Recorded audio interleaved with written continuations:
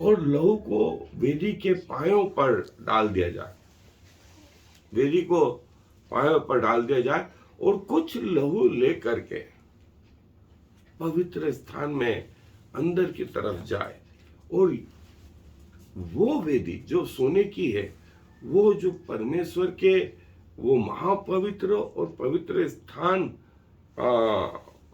के बीच में जो पर्दा है, उसके ठीक सामने पवित्र स्थान में है, उस वेदी पर जो है वो लगाए और वहां परमेश्वर के सामने उस व्यक्ति के लिए प्रायश्चित करे।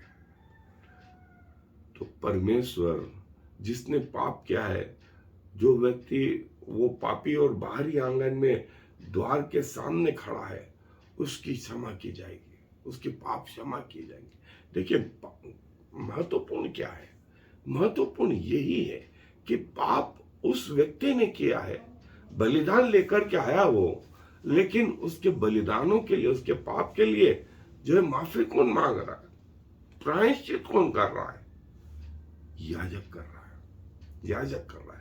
और याजक के उस प्रायश्चित करने से जो है परमेश्वर ने उसकी सुनी भी और उसके पापों को क्षमा किया, और उसके पापों को क्षमा किया।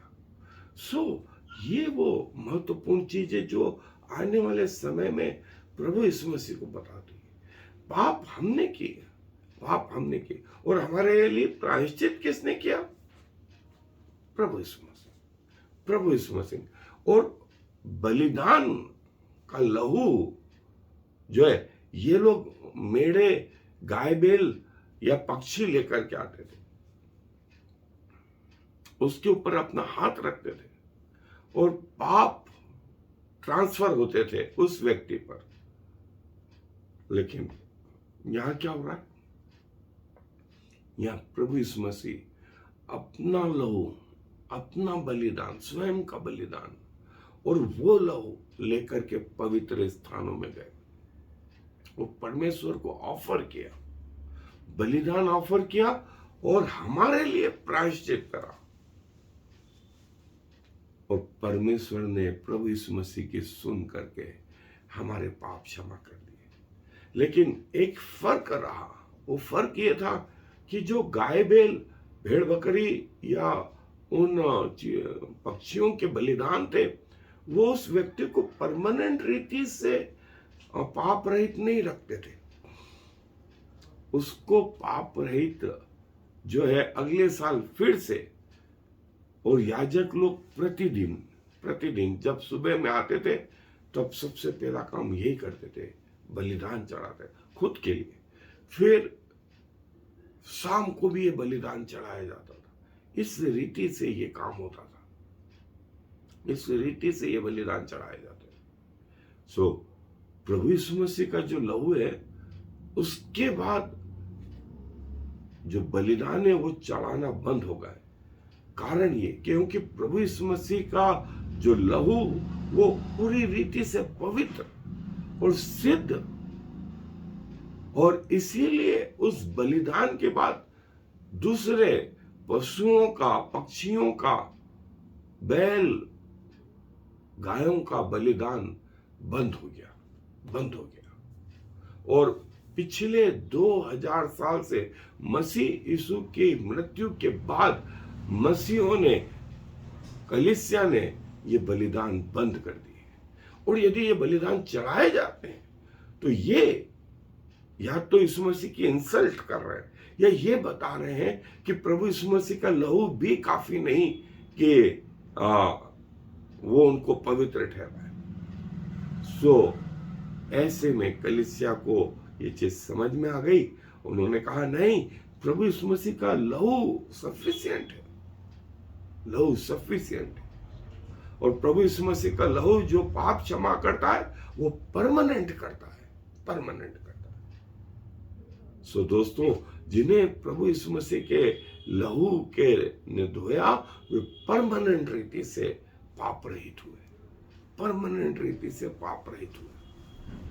और प्रभु हमें ये बताते कि चाहे हमसे जानबूझ करके पाप हुआ हो, चाहे हमसे अनजाने में पाप हुआ और चाहे हमसे ढिठाई से पाप हुआ हो, प्रभु प्रतिदिन प्रतिदिन जो है हमें जो है पाप रहित करते हैं। और इसका वर्णन पहले यूहन्ना के पहले अध्याय 9वीं आयत में, यदि हम अपने अपराधों को मान लेते हैं तो प्रभु यीशु का लहू हमें सब अपराधों से जो है छुटकारा करने में सामर्थी और योग्य है। तो ये था वो चिन्ह, ये दोष बलि का जो विधि थी, ये जो पाप हो जाया करते थे, इसके प्रति परमेश्वर जो है हमें ये क्षमा प्रदान कर रहे। सो दोस्तों, हमें निराश होने की जरूरत नहीं। प्रभु हमारे साथ में आज भी है, आज भी है, और हमारे बाद भी रहेगा, हमारे बाद भी रहेगा। ये सिलसिला तब तक चलेगा जब तक पृथ्वी बनी है, और जब पृथ्वी खत्म होगी तब जाके ये सिलसिला खत्म होगा। सो हम प्रभु का धन्यवाद देते हैं, हम प्रभु का धन्यवाद देते हैं। आए अपने सरों को धन्यवाद के साथ प्रार्थना में झुकाएं, दुआ करेंगे। प्रभु जी, धन्यवाद देते हैं कि पाप हमने की जानबूझकर के, अनजाने में, जिसका ज्ञान ही नहीं था प्रभु हमको, और प्रभु कई बार ढिठाई से हमने जो पाप किए, वो प्रभु आप सब पापों को जो है आपने अपने ऊपर लिया, और आपका जो बलिदान हुआ वो इतना परफेक्ट था कि उसके बाद बलिदानों का चढ़ाना बंद हो गया, उसकी जरूरत ही नहीं लगी, क्योंकि आपका लहू इतना पवित्र और सिद्ध के, और जो प्रायश्चित आपने हमें किया, और आपने हमारे लिए किया, और हमें जो जीवन दिया वो परमानेंट जीवन दिया।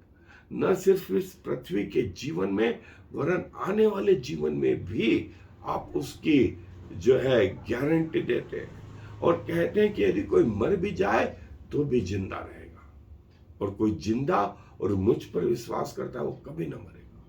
तो प्रभु क्या कहें, आप जैसे परमेश्वर को जो प्रतिदिन हमें आपके समीप लाने के लिए कोशिशरत रहते हैं, आपका लहू हमें प्रतिदिन जो है उस योग्य करने में लगा रहता है। उन तमाम लोगों के लिए जिनके जीवन में आपने काम किया है, उन सबको आपके हाथों में लेकर के आते हैं कि वे इतने पवित्र रहें कि यदि आज रात आप आ जाए या हमारी मृत्यु हो, हम आपके साथ जाने वाले हो सकें। और प्रभु, वे लोग जो अभी तक आपको नहीं जानते हैं, वे आपके पास आने वाले हैं। सारा आदर प्रभु आपको देते हुए इस विनती को प्रभु यीशु मसीह के नाम से मांग लेते हैं, आमीन और फिर आमीन। हे हमारे पिता, तू जो स्वर्ग में है, तेरा नाम पवित्र माना जाए, तेरा राज्य आवे, तेरी इच्छा जैसे स्वर्ग में पूरी होती है वैसे इस पृथ्वी पर भी पूरी हो। हमारे दिन भर की रोटी आज हमें दे, और जैसे हमने अपने अपराधियों को क्षमा किया है, वैसे तू भी हमारा अपराधों को क्षमा कर, और हमें परीक्षा में न ला, बल्कि बुराई से बचा, क्योंकि राज्य, पराक्रम और महिमा सदा तेरे हैं, आमीन। यहोवा तुझे आशीष दे और तेरी रक्षा करे। यहोवा अपने मुख का प्रकाश तुझ पे चमकाओ, तुझ पे अनुग्रह करे। यहोवा अपना मुख तेरी ओर करे और तुझे शांति देवे, आमीन और फिर आमीन। और